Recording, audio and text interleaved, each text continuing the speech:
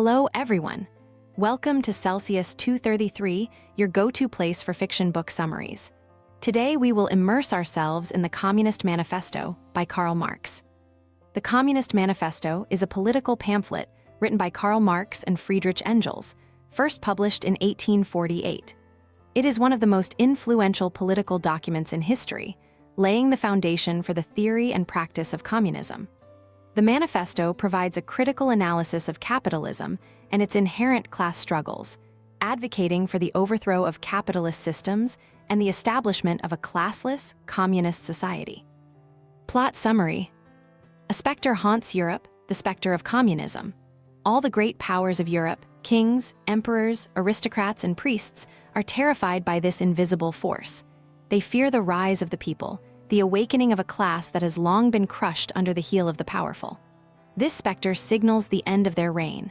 The ruling classes have conspired to suppress this force, but the time has come for those who embody this specter to step forward and declare their purpose openly. It is time to lay bare the aims of communism.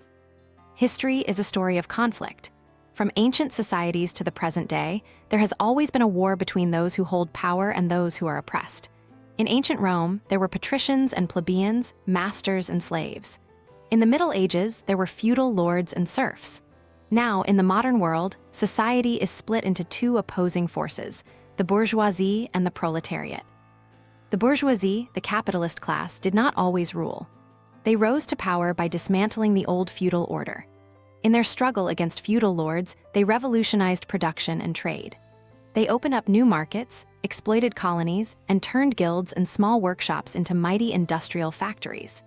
At first, they played a progressive role, overthrowing monarchies and aristocracies, introducing modern governance, and establishing capitalist economies. But in the process, they also created their gravediggers, the proletariat.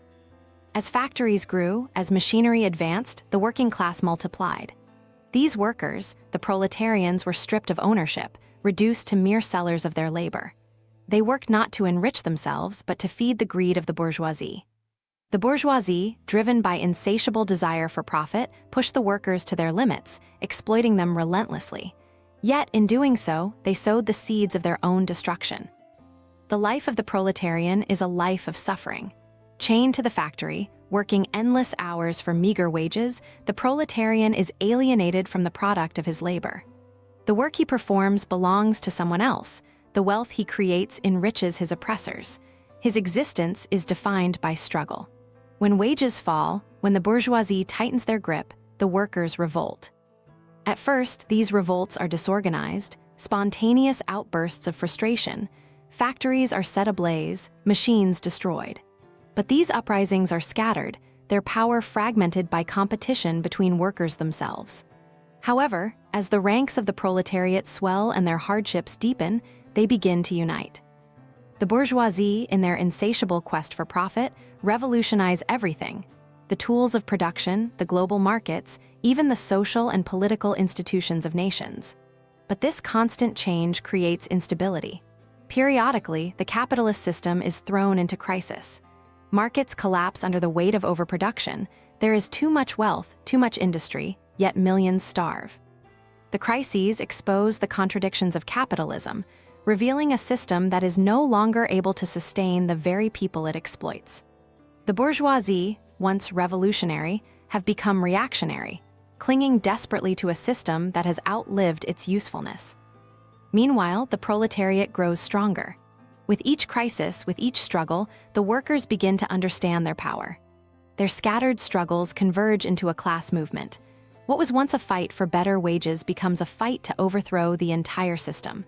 In country after country, the proletariat organizes, forming unions, political parties, and alliances. They recognize that their liberation can only be achieved by overthrowing the bourgeoisie, by seizing control of the means of production and abolishing private property. The proletariat, unlike any other class before it, does not seek to dominate. Its goal is not to create a new ruling class, but to eliminate class distinctions altogether. It seeks to create a society where wealth and power are shared, where production is controlled by all, and where the state, an instrument of bourgeois rule, ceases to exist. The proletariat has nothing to lose but its chains. As the proletarian movement gains strength, the Communist Party emerges as its vanguard. Unlike other political parties, the Communists do not have separate interests from the rest of the working class. They do not seek power for themselves. Their purpose is to advance the interests of the proletariat as a whole, to lead the workers toward revolution. The Communists understand the historical forces at play and the inevitability of capitalism's collapse. They push the proletariat to rise above national divisions, to see that their true enemy is the capitalist class, not other nations or ethnic groups. In their struggle against the bourgeoisie, the proletariat will be forced to wrest control of the state and use its power to suppress the remnants of the old ruling classes. The working class must centralize the instruments of production, redistribute wealth, and abolish all the laws and institutions that uphold bourgeois property. The revolution will be a global one, for capitalism itself is a global system.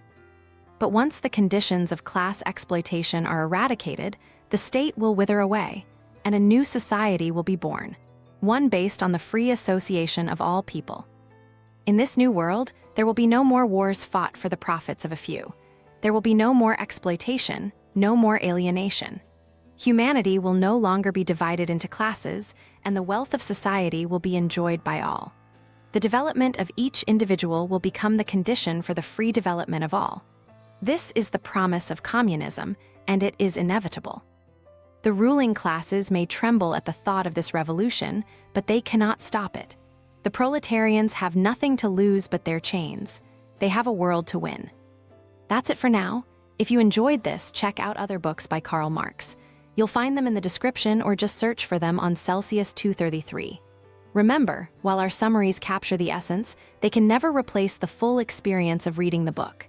If this summary intrigued you, consider diving into the complete story, buy the book, and immerse yourself in Karl Marx's original work. Bye-bye, take care, have fun.